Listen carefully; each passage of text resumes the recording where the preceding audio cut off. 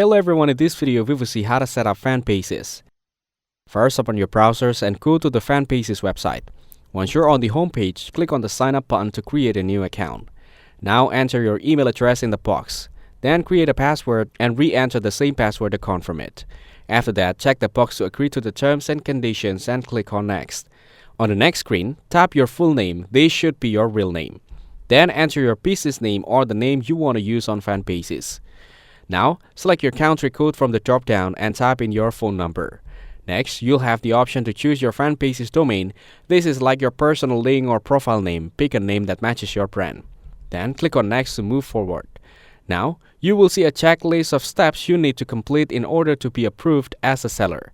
These steps may include uploading a profile photo, connecting your payment method, setting up your services, and verifying your identity.